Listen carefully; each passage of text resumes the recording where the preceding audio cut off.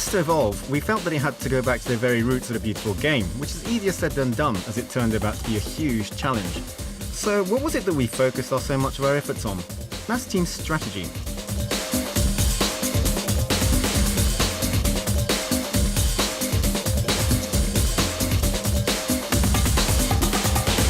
First thing we've done is to overhaul our AI.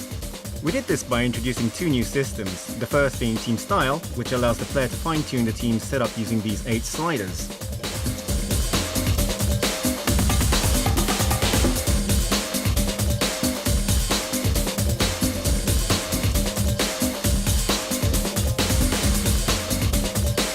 Let's see what happens if we mess around with player support.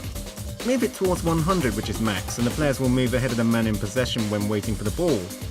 Move it to 0 and they will all drop back behind him.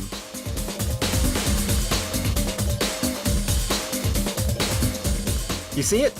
Set it to 90 and players overtake the man in possession to receive the ball further upfield. Tactical changes take effect immediately, and that is something we worked very hard on.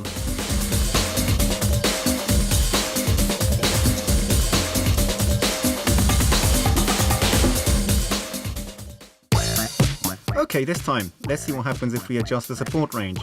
Push it up to 100 and players provide close-knit support. Good if you like playing your short passes. Push it towards 0 and the players spread out.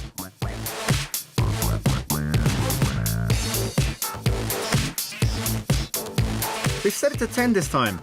Seems the perfect length for playing long balls, but you can see it really isn't the setup to play balls along the ground. It's always best to experiment to find your own level.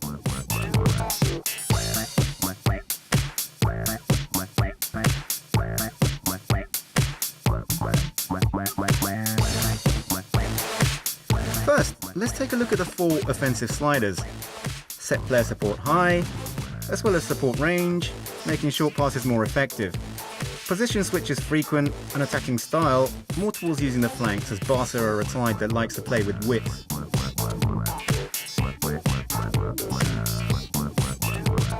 Now, onto the 4 defensive ones. Pressing high, defensive line also set high, as is compactness. Finally, defensive strategy. You can either defend in a single line across the pitch, or get players to cover each other as required. We think the former is more Barca. Imagine doing this with your team.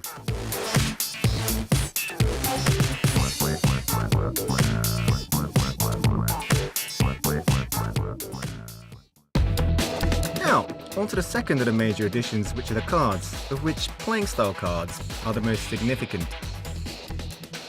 While these cards give players a unique edge, it won't boost their parameters in any way, but they certainly provide you with more tactical options.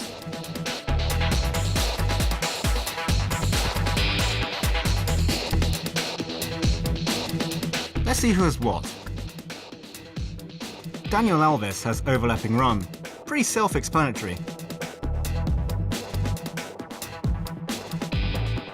Eto'o, chasing back, as he likes to pressurize people from upfield.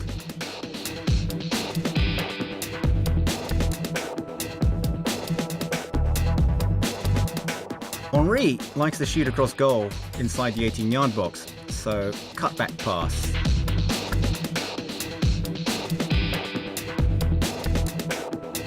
And for Messi, incisive run, as he likes cutting it from out wide.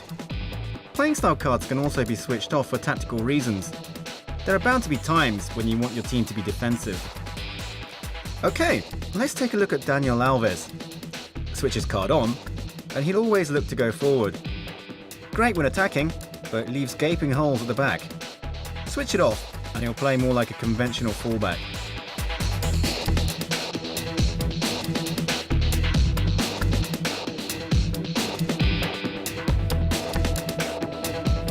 In PES 2010, there's a huge range of tactical cards.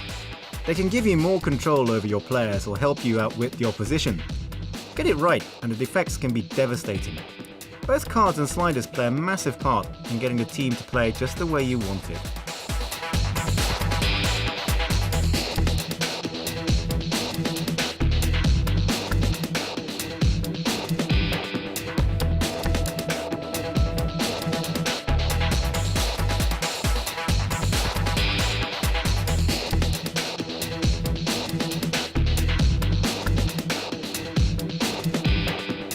So these are some of the ways in which PES is evolving.